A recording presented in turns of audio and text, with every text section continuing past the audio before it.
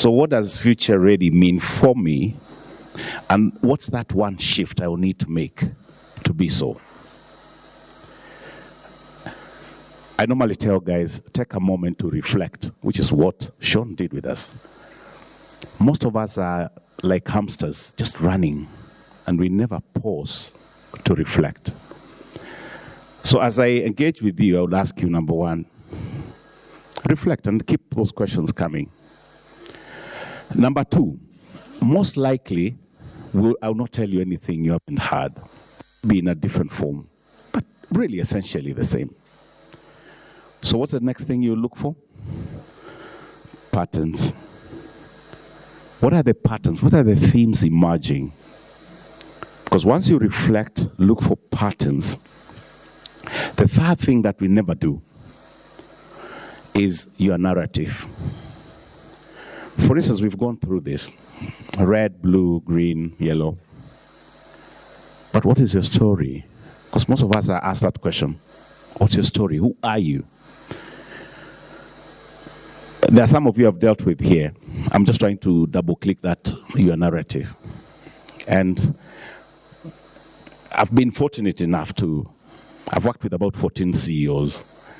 And in fact, at Safaricom, I've literally been involved in the recruitment of the entire ExCo, including my boss, apart from one person. Everybody else, I can tell you how the first CV came to me. And there are about 5 things I'll look for when we are looking for C-suite leaders. And number one is about experience. I'm still on your narrative. Experience. What is your experience? And I ask this question at Safaricom.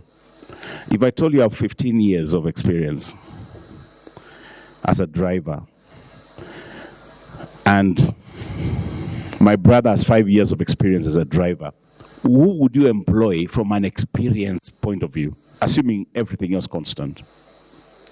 You would employ me because I have 15 years of experience. And Alex, my brother, has 5 years. What if I told you, have been driving Kangemi to Globe Cinema for 15 years, Starbus, yeah?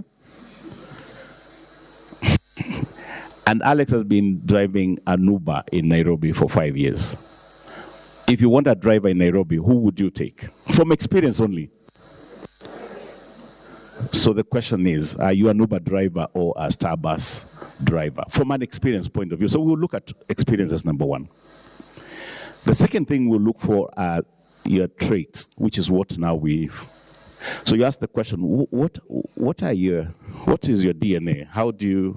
Who is Paul? And you probe that, and Amma will tell you, we will go around and do profile, go to Conferry, you know this.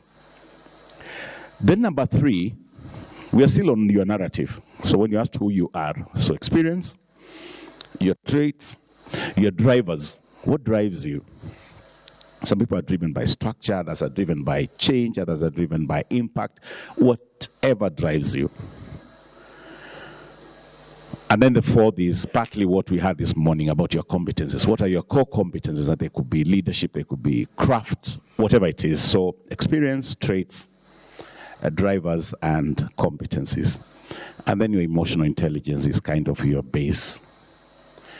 And by the way, I'm talking of C-suite. So when I say we will look for, and it sounds easy, isn't it? So when I say your narrative, it's a big thing. Let me go back to where I started. So I said, reflect, look for patterns, establish your own narrative, your story. And the story is what I double-clicked there. And then the fourth one is, how do you disrupt yourself? And I hope as we do this, from Strathmore point of view, how do you live here a different person?